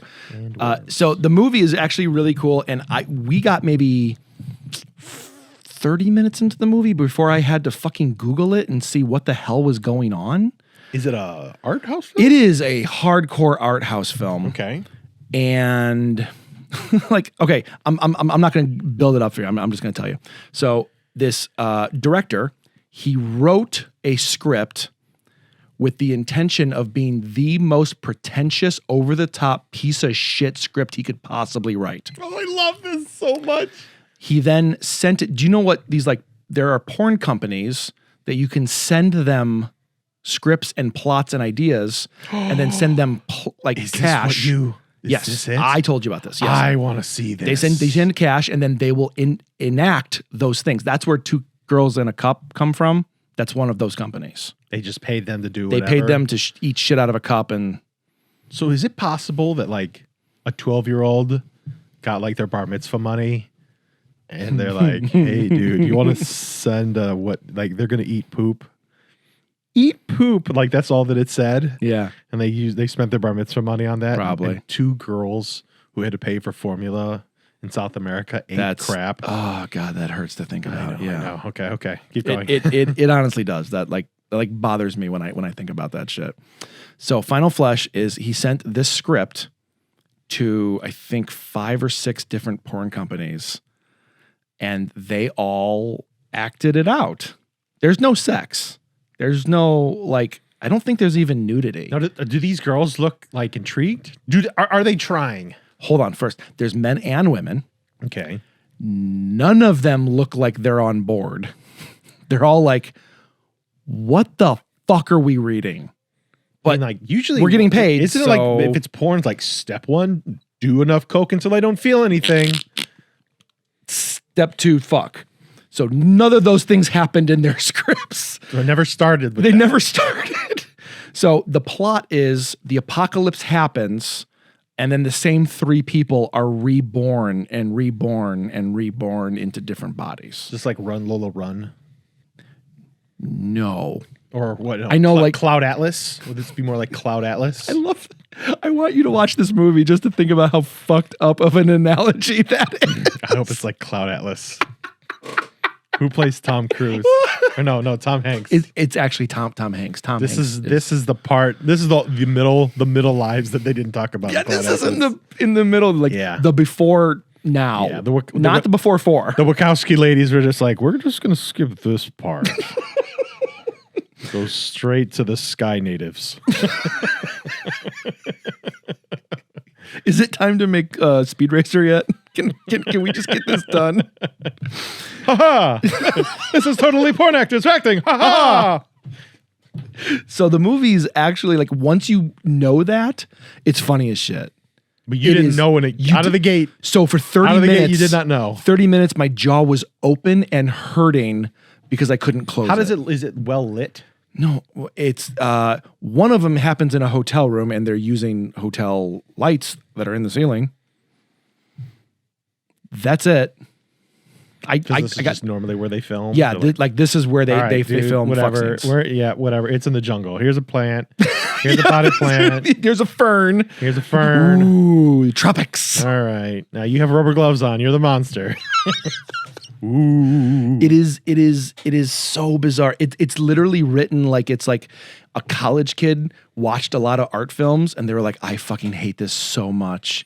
I'm going to write down the worst things I could think.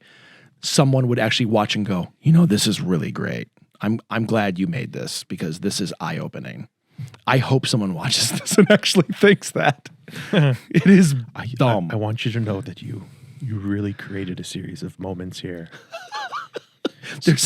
Real quick, there's a scene in the movie where the guy like pulls his underwear out and he just dumps SpaghettiOs or like spaghetti and ragu into it. And he's like, this is the end of everything or whatever he says. So there's a deleted scene. This has deleted scenes? Yeah. The things that didn't make it into this are like, we got to cut this for time. It's not a deleted scene. It's the raw footage. They show you some raw footage of the guy like pulling his underwear open. He goes, I really gotta fucking put like spaghetti in on my dick. And the girls are like, just do it. Just do it. And they're pouring it in. He's like, it's so cold. Like, I don't enjoy this. So for like, I think it's like 10 minutes long. He's just like, oh God, this is so gross.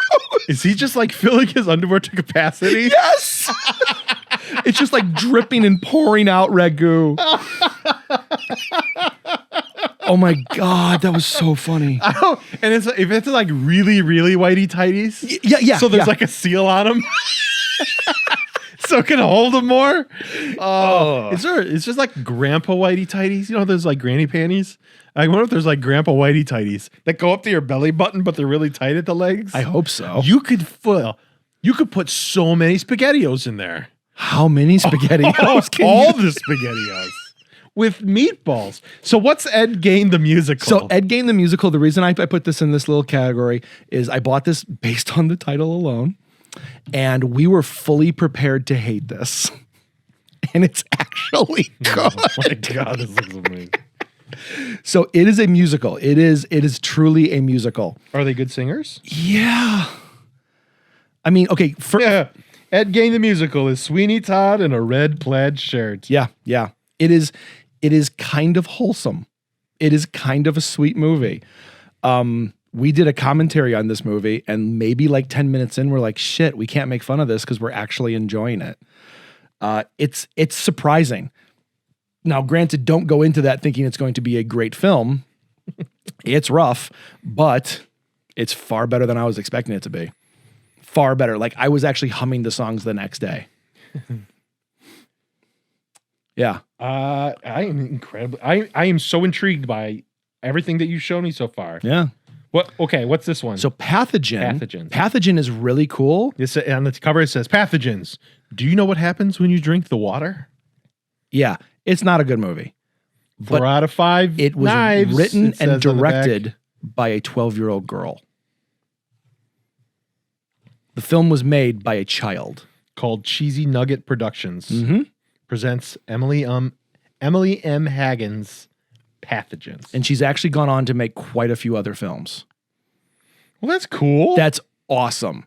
So for that fact alone, I am enraptured by this movie. A kid made a feature-length film, and it actually follows structure. It's fun to watch because it makes me think about how when we were kids. I think that's awesome. Yeah. How wholesome of the little zombie kids on the back. I like, yeah. She chops up her friends. It's pretty fun. So who was doing like all the blood and the gore and everything? Her. Just her? And her friends. Serious? Yeah. She's 12. How Yeah, awesome I is think that? 12 or younger. She made money. So basically she made this movie, right? And then while they were making it, a documentary film crew heard about it. So they made a documentary about her called Zombie Girl. It's on Netflix. It's fucking great. And that's the first time I ever heard of her. So as soon as I saw the documentary, I went to her website and I bought that. And if you look inside, like I actually have like the receipt that came with it. It's stupid, but it's like, that's cool. That is cool. So this was done in 2005, it says. Yeah. So she's like, Yeah, what else has she done? She did a movie called, something Zombie Kiss or something like that. She did a couple other like teen bopper horror films. They weren't really, really good, but She's still making them. She's a filmmaker. still making them. She's a filmmaker, and you can't take that away from her. And I fucking love that. That's baller. Yes, agreed. These are nothing to say other than the guy who these are documentaries about H.H. Holmes and Albert Fish, which if you don't know who Albert Fish is, he is gross. I have seen this one. Yep. The guy who made these lives in Geneva. No shit. Yeah, I keep seeing him at like flea markets and shit. To Jason, let's do lunch. Yeah. Albert Fish. He's the guy that ate people. He's the right? guy who ate people. I loved it. What's this one? I can't read it. He's the guy who ate people and sent the mothers descriptions of what their children tasted like. Oh, that is so dark. Albert Fish is not a good human being. That is so dark. Yeah, he was fucked up. The only reason I brought those down is because I really like indie films. Like that's what all this is going, right? So you had like all these people making movies that weren't in the Hollywood system, and we're getting this today. We're getting gamers. This was a college film. They made this in their off time in their dorm about these role players, and then they switched the story into what was happening in the role playing game. So they literally played a game, and then the script was from that game. Well, they played the game as characters, Mm-hmm. and then the movie cuts to them playing, like them being their characters in the game. It's not a very good movie, but the sequel came out Oh, I've seen this. and is actually really good. The Gamer's Darkness Rising. Yes. I've watched this. Yes, that is one of my all-time favorite films. This is really good. It is. It's made well. It's made with the audience in mind. It's funny as hell, and it's for the budget. Oh my god, it's great. Like if that was higher budget, I don't think I would like it as much. So then they went on to do a TV show called Journey Quest.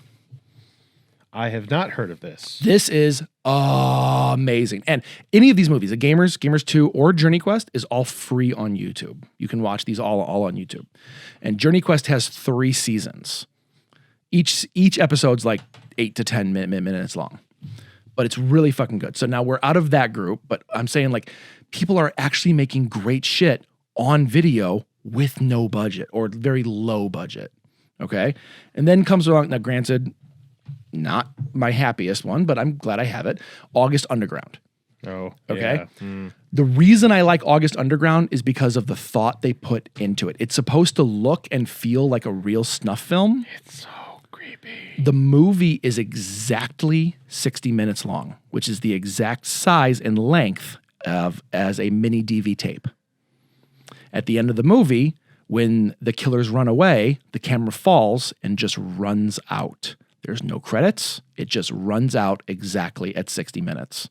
And it turns blue, which a lot of people think that static thing comes up when the camera starts going wrong. It's like static on the screen. It's not what happens. The tape turns blue. And it turns blue. I lost my shit when I saw that. The whole movie is like them just doing stupid shit until the end. And then it gets really violent really fast. So it's like them just dicking around. So what happened with this movie is the FBI found it after it went to a film festival, and they said, you need to prove these people are still alive. So that's when they made part 2, and they made a big documentary about it. And here's how we make it. And then they basically just made these movies as a business card to get into Hollywood. And now we're working on top level horror films. What? I didn't know that. Yeah, Fred Vogel went on to do a lot of stuff. I would watch the documentary. I could not watch the movie again. I don't blame It you. is so brutal. I can't do It's it one of because the it grossest things. looks real. Yeah. It honestly Like all the feels hammer stuff. real. Yes. Oh my god, it's so gross. So another indie film that I love is called Boy Wonder. Yes. Nothing to do with Robin, nothing to do with Batman. Just a kid who kind of stands up for what he thinks is right, and he slowly goes insane while he's fighting crime. It's actually really fucking good. And you paid for wasn't this a because you have a poster of this somewhere. A director gave it to me. Yeah. I met him at a convention, and I just fanboyed over it. I was like, oh my God, this is so good. Like, I love this. So when he was touring Chicago, he reached out to me, and he's like, can you tell all your friends? I'm like, you're a fucking yeah. So I went to comic book stores, and I handed out flyers and shit like that. So when I showed up at the movie, he gave me a poster. Awesome. Yeah, that was really fucking cool of him. This one is probably like my last like real one. I found this at Gen Con, which is a board game convention. This movie's called Detective. I have never seen this movie anywhere. And it is great. It is so fucking fun. It's 3 estranged brothers who always grew up playing board games and role-playing games together. So they have a weekend of a murder mystery where they all have to role-play as detectives trying to solve the mystery. And it's written so well. It's so engaging. I love this movie. And it was just made by these guys who had their own booth and was selling copies for like $10 each. How awesome. It was fucking great. So like, I'm kind of like going in a full circle, but like I wish these movies of low quality, low budget, high value expectations, high ideas, I wish those were around when we were kids, you know? But really they were. You got the Tim Ritters, you got the Shatterdeads, you got all this like weird stories. There was like I think like Mike, like Spike and Mike, like the little like Oh, the animation? animation stuff was yeah. around when we were little. Yeah. Younger. Same size. Yes. Younger. Less bills. Yeah. And those are like independent, but you're right. I don't remember like a lot of crazy indie stuff when we were younger. Not like the Not what like they have not now. like this. Not the self distribution kind of stuff. Do you think we're hitting like a golden age right now, or we haven't even like hit like the precipice yet?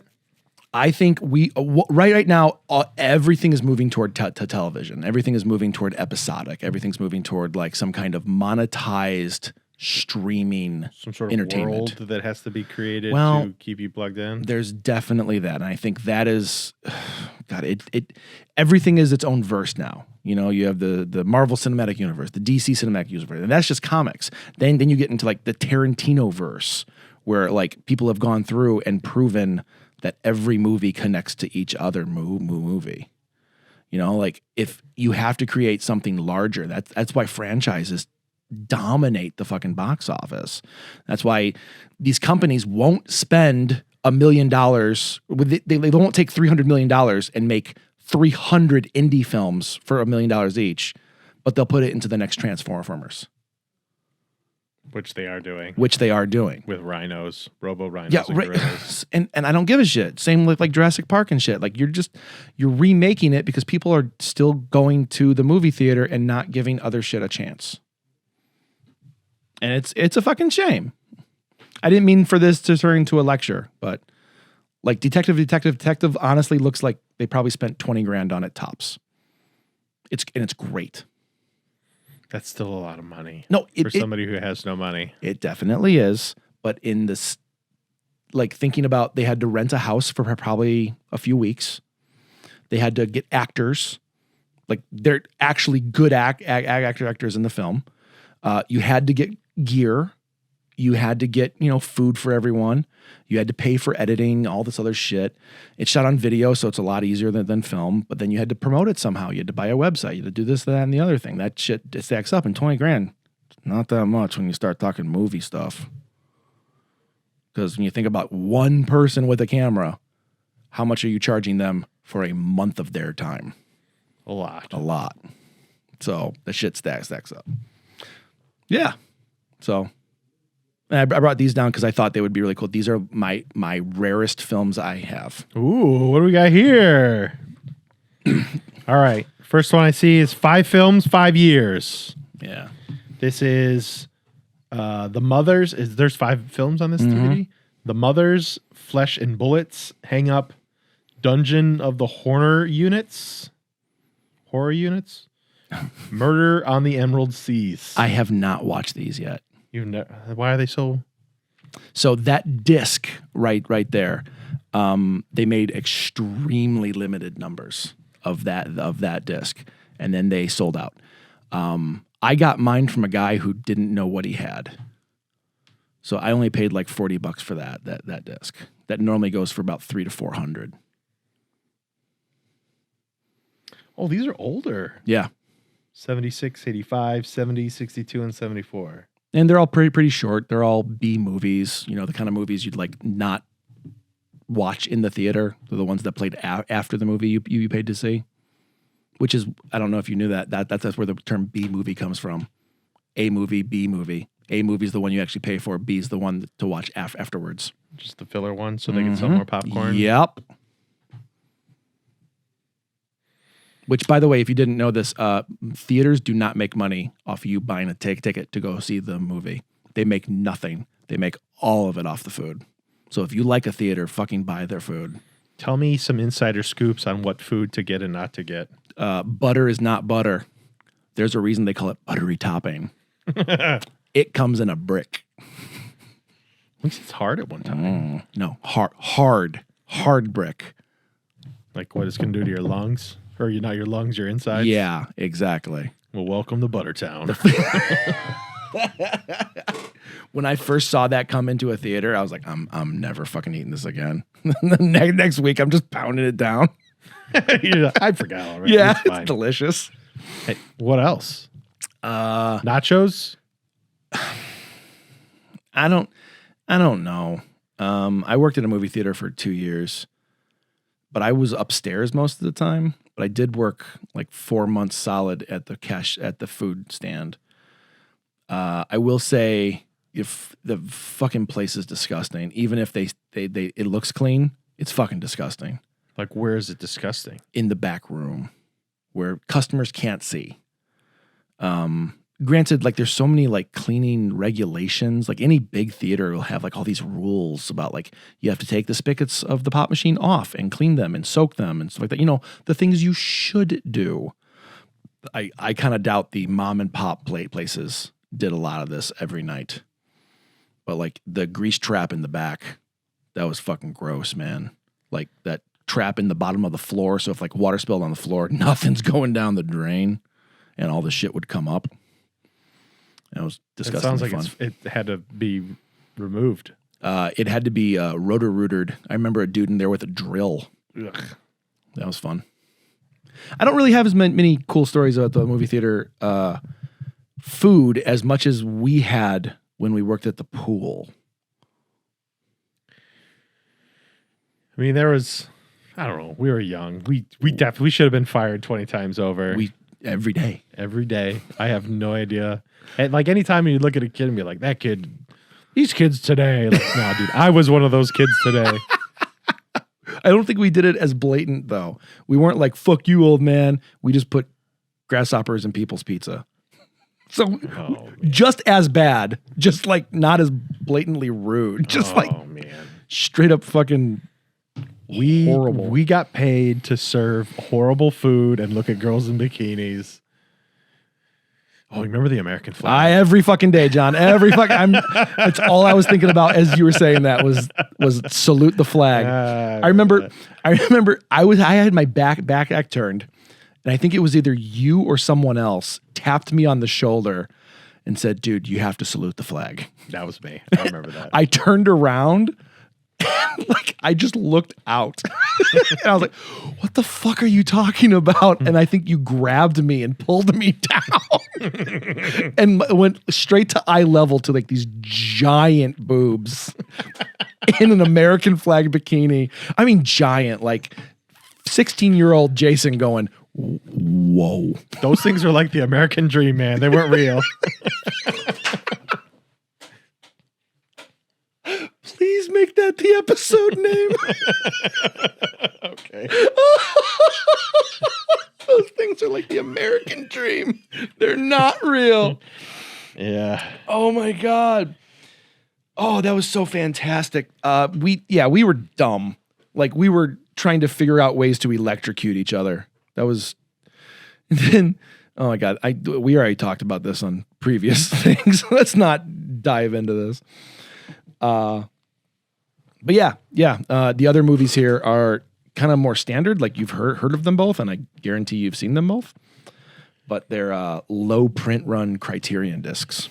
So is that the RoboCop with the extra shooting? That is the X-rated version of RoboCop. Yeah, I don't think I've ever seen. Have you not? No, I've heard you talk about that for years. Yeah, but I've never seen the one scene. No, well, there's a couple.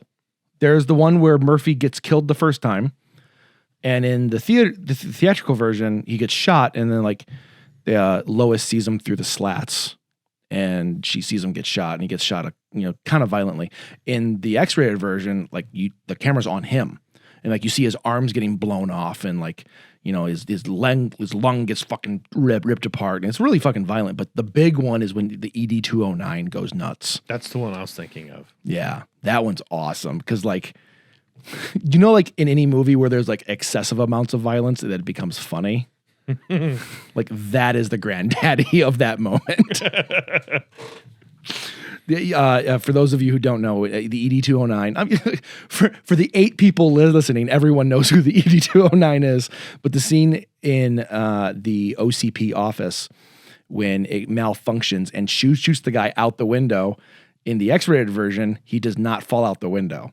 He falls on a table, and the ED-209 just keeps shooting him over and over until it becomes comedic.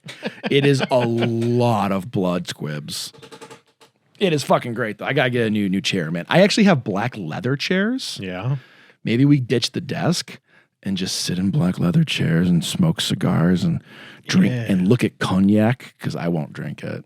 I mean, I'll smell it. Yeah, it does smell good. I'll drink beer. Will you? Drink cognac. I'm fine with beer. What's the old term? The beer before liquor? That's not real. It does. It's not. No. If you drink, you're going to get fagoogered. You drink enough. It's just going to happen. Well, fagoogered is different, but I don't want to be sick. I don't mind getting. If you don't drink a lot, you're just going to get sick. Oh. Dude, it's poison. Yeah. Yeah. Like you can. Let me drink my cancer But if Diet you- Dr. but if you- Pepper. If you build up a tolerance to iocane poison, you'll be fine. So, No one beats a Sicilian. especially when death is on the line. Thank you. So, what's with the Silence of the Lambs? Silence of the Lambs, literally, it's just a rare copy. It's sold out, and I found it at a thrift shop for like super low, and I keep seeing it on eBay for really high prices. Why is this one? I have no idea. I literally don't know. There's nothing really special about it other than it's a very loved movie on Criterion, and that's weird because Criterion, like if Criterion comes out with 100 films, maybe you like one or two of them. The rest of them are like, oh fuck, I have to think. Hold on. I had the Criterion version of Fear and Loathing in Las Vegas. It's wonderful. One of the best director commentaries I've ever heard in my life. Yeah. Yeah. Johnny Depp plays Hunter S. Thompson in the in the commentary. Yeah. They do have one with Hunter S. Thompson. Him talking. He does the commentary. I saw it. I've never listened to it. I cannot believe that I've one never is super listened to good. it. I've listened to that one a bunch. No he got shit. really mad. There's one scene where Johnny Depp, when they're getting, where a little person brings him a telephone and he takes money out of his pocket and he just throws the money at the ground and says, "Now fuck off." He got very upset with that. Really? Because he said, "I would never do that," and he got really mad that it was in there. I kind of But like. all the drugs, Yeah, he's yeah, totally yeah, cool yeah. with. I love that. Yeah, that's where I was going to go with. I love the fact that he's upset about that, but there's a lot more happening in that film than throwing money at a little person. That's true. That's a great movie. Good for you. Great book. It was an awesome book too. I can't get through him. I respect the fuck out of Hunter S. Thompson. So all you have to do is just watch the movie. Yeah. And you just read the book in his voice, and it's amazing. Oh, I bet you the voice does help. Yeah. He's got a very specific cadence in the way that he says things. That's funny. Yeah. So it's very, very readable when in his actual voice in your head. Okay. I know he's written multiple books. Have you read more than them? No. But there's Bob has read a few. That he said that were really good. I think he said that he's read a few. I think there's one about like when he was running for like sheriff in a town. I think he did one. Wait, for real? Yeah. He did not win. He did not win. I don't know if I'm saddened by that or not. I don't know. Yeah, he's done a few things. A lot of the stuff he did was for Rolling Stones. Yeah, right. They're always kind of like done over, a couple months. They just kind of release a little bit more of the story. So gonzo journalism is what Hunter S. Thompson did. And I know we're going off topic. I don't give a shit. I'd rather just talk with you. Well, there's one more stack. Well, that stack doesn't count. No, I want to hear about you. We're definitely talking about that stack. All right. The last stack of DVDs, which I just brought down because my partners in work were here and they wanted to see what the hell I've done. These are 3 of the movies that I've been a part of. We have The Execution of Solomon Harris. This is very good. I have seen this. Jay he was not doing production. He actually acted in this one. I acted in that one, yeah. That one's really good. I think you'll know, if you know Jay, then you'll know definitely who he was in there. I was not the old white men. That's what that boils down to. Bottleneck. Yeah. Do I remember Bottleneck? Probably not. I did the costume design and the weapon design in the movie. I did all the artwork that led to the production of the stuff. Well, that's cool. Yeah. Yeah, I'll have to see that one. And then The Bottom, which, if I remember correctly, you kind of got hosed Shafted. on. Yeah. Yeah. Everybody Giant won but shafted. you. Yep. Wow, that's a good memory. I mean, it's not a good memory. You have a good memory. If I remember correctly, I thought you didn't have the full edit of this. Yeah, I do. Is this it? Mm-hmm. I never got to watch this. Oh. I've not watched, bad. I've watched The Execution of Solomon Harris. As a matter of fact, I paid to watch this. You did not. I own this on Apple Film. No shit. Yeah, I bought it. God damn it! Don't pay money. I mean, that money actually goes to the director. So yes, fucking A, cool. But the Bottleneck and The Bottom, I have not seen. I've Yeah. only heard about them, and I've seen like your reels. Okay, with so parts of the Bottom Bottleneck was my thesis. That's my thesis film. Yeah. Well, you graduated, so must have been okay or good enough. It was when it came down to it, I wanted to make something visually visceral. I was very into horror films. I was very into like heavy action movies like The Raid and things like that. They were like really like pushed action, you know? I wanted to make a like 4-minute music video about a cop who was spurned by the police department, and every other cop in the police department was like taking money from the mob, and the mob wanted the good cop on his side, so he kidnapped his daughter, and then for 4 minutes you just saw nothing but carnage and as fast-paced action as possible of the cop trying to get back his daughter. It like basically a high-octane God of War video game. And I had people on board for it, and it sounded great. And basically what it came down to was I had to raise the money. And then when you start doing the budget, you become very disillusioned very fast. So I took most of my time as a filmmaker in college to be an editor. So I teamed up with someone who was looking for an editor, and I went to the set. You know, I was there every day of filming. I took massive amount of notes. I went into this as professional as I could. And that movie took me like a year to edit, not because of my decisions. One of the advisors of the director kept insisting, like one of the teachers. The chairs. One of the, yes. Of the directors, like, because every thesis you pick 3 teachers to be on your chair. Yes. And then one of his chairs insisted on being in the editing room almost after the movie was done. And they insisted on like re-editing parts. And I was like, I will work with the director because that's our job. But why am I taking your opinion on this? You are a educator. You have no say in this movie. Well, and I isn't almost it got normally kicked off it. The professors, the school owns these things, don't they? To a certain respect, yes. So all the more reason to let the fucking kids do it. I'm sorry, it's insulting.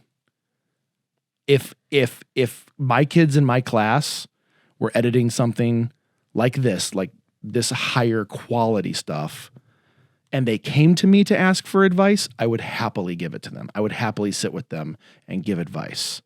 I would never tell them what they had to do. That's not my film. yeah, It was a giant kick to the nuts. sounds like you learned a hard lesson on that one. Yep. And then every teacher said the exact same thing after we lost. That film won every award at the Student Film Festival except for editing. Yep. Well, you're not supposed to. Don't speak truth to any of these things. Don't speak truth. What does that mean? I mean, you can don't talk about the 900-pound gorilla in the room. You know, sometimes you just smile and be like, okay. Oh, I'm way past it, man. It is not like true. It stung. It stung when that happened. And then I left Georgia. And then I didn't care anymore. I'm way happier not living in Georgia. That was my prize. You got to leave. I got to leave. Well, tell me a little bit more about Bottleneck.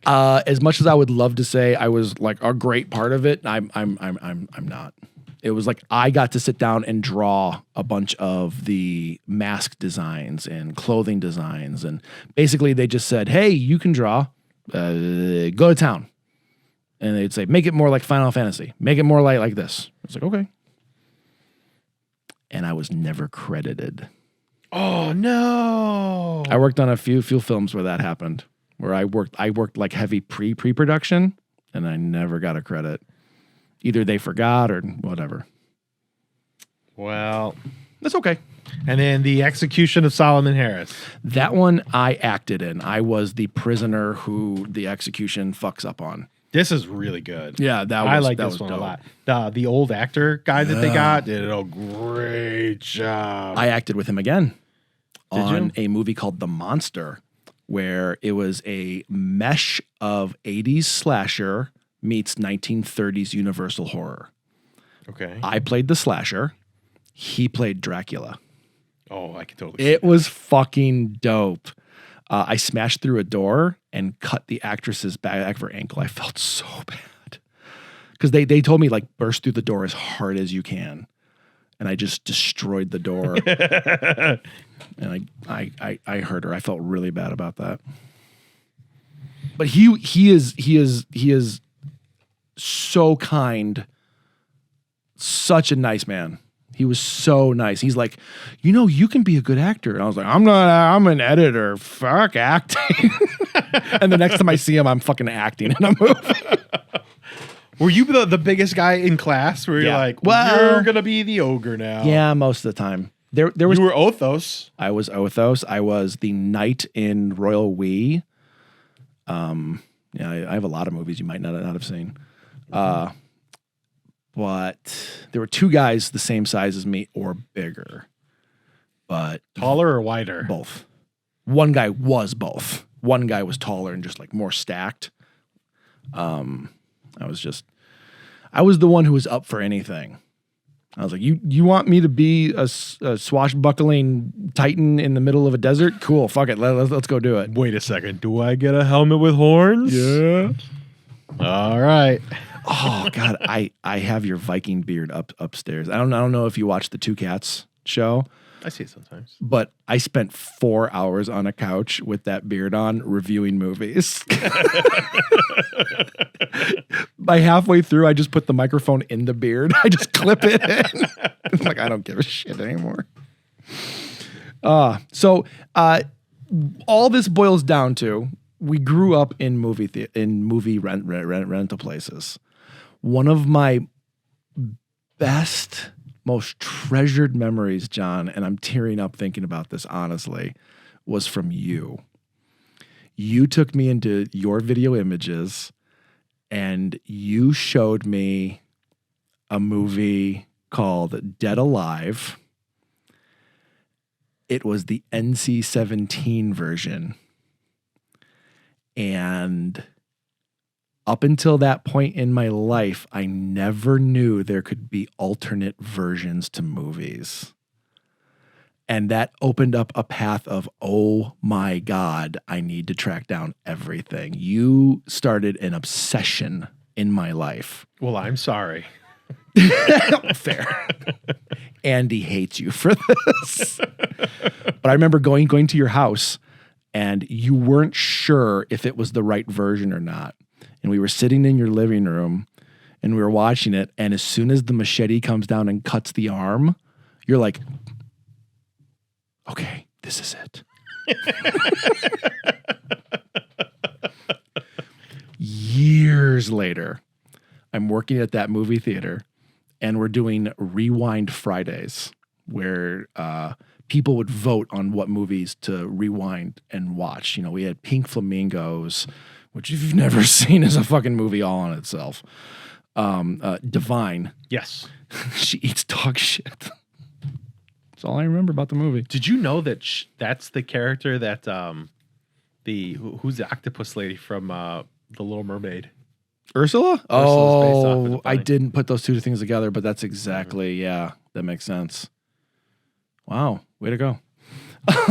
So one of the movies we get is Dead Alive, or Brain Dead is the original title. And I think it's New Zealand, right? Is it New Zealand? So We get the movie in. We get the movie in the last fucking minute. The crowd is packed. This theater is packed. People are sitting on the floors next to the chairs. And our manager comes in, and I have to come in with him. And our manager goes like, guys, we got this last minute. I do not know if it's the NC-17 version or the R-rated version. And you just hear this like groan of angst and upsetness in the crowd of like, why the fuck am I here if I'm not going to watch the gross one? So the movie starts playing. Everyone is silent as a fucking mouse. They're just waiting. And then the machete cuts off the arm. And everyone fucking stands up and just starts screaming. Yeah! People were coming out of the theaters next door to see what the hell was going on. It was pure insanity. And the rest of the movie, it was just like 900 people in a fucking stadium just screaming and laughing. It was so much fun. And I remember going like, John showed me this movie. So thank you. You're welcome. What are some of like your memories from like video stores? And I did not mean to monopolize this. No, I mean this was your go. That's why I think like I love the idea of this one podcast. Like where I'm just gonna bring something in cool, and then I'm gonna talk about it because I like really really love it. And So- I think it was really awesome to just hear you tell the stories of all these different stories, and they're stories of I don't know, the kind of like a nice little history of independent film. Mm-hmm. Gross independent film. Yeah, mostly. Yes. Definitely. But I'll extend a branch of truth. This is about what you get from me. I have nothing else to offer. You won't have anything else? I mean, I certainly will, but not probably to the extent of depth of knowledge of this. Like this is a lifetime of research here. I've spent too much time. I know what I'm researching going this to bring stuff. next. Do you really? I do. Fuck, that's so intimidating. Do you want me to? You want me to let you know what it is? I kind of want to hint, but I don't want to know. Because I like being surprised. That's why I put all the movies down here before you got here. I wanted it to be kind of like a unveiling. Well, I don't know if I want to tell you. I think it'll be cool to just show up. Then good. Yeah. Then I'm there. Yeah. Is it petrified dinosaur poop? You're like, fuck it, I don't want to do a podcast anymore. I didn't want you to look at my dinosaur poop anyway. I'm taking that to kryptonite home. I do have a nice collection of dinosaur poop. I'm aware. Some fossilized turtle poop too. There's a lot of those. Turtle poop? Yeah, turtle poop's really fun because it's got like it's like little lines. It's like you can tell that he pushed really hard and makes little scoodly doos.